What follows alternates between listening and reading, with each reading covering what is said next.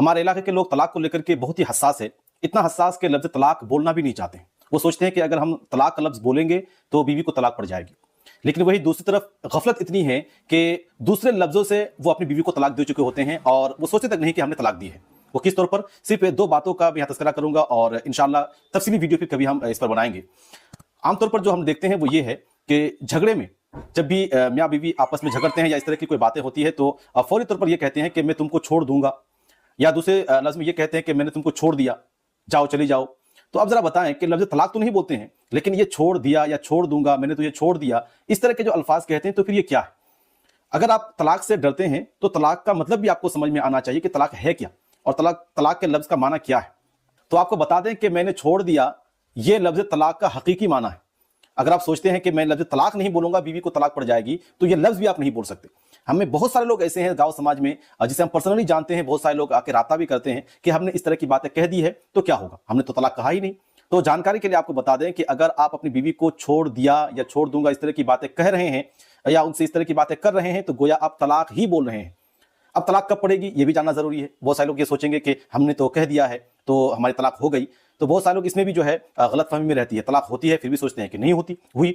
और बहुत सारे लोग ऐसे हैं कि जिसकी तलाक नहीं हुई वो आकर पूछते हैं कि तलाक हो गई है क्योंकि हमने लफ्ज बोल दिया है। तो ये सिर्फ इसलिए कि क्योंकि हम जानते नहीं हैं या हमें इसका मतलब नहीं मालूम है।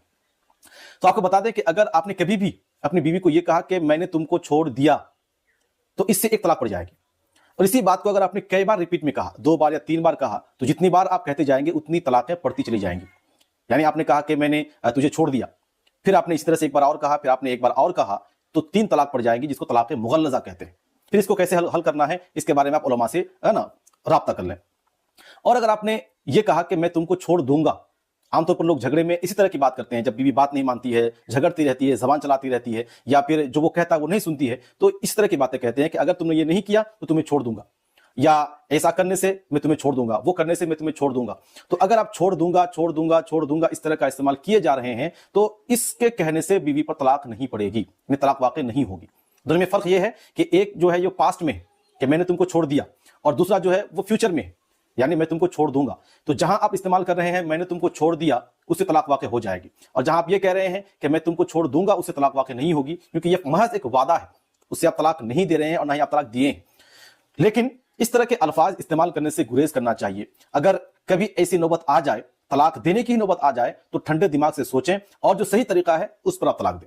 अभी आप कहेंगे सही तरीका भी तलाक का क्या होता है, तो इंशाअल्लाह इस पर भी कभी हम तफसील से वीडियो बनाएंगे, और तलाक देने का क्या तरीका है, कब तलाक दी जाएगी, और किस तलाक से आप रजत कर सकते हैं, किस तलाक के बाद आप रजत नहीं कर सकते हैं, है ना, और किस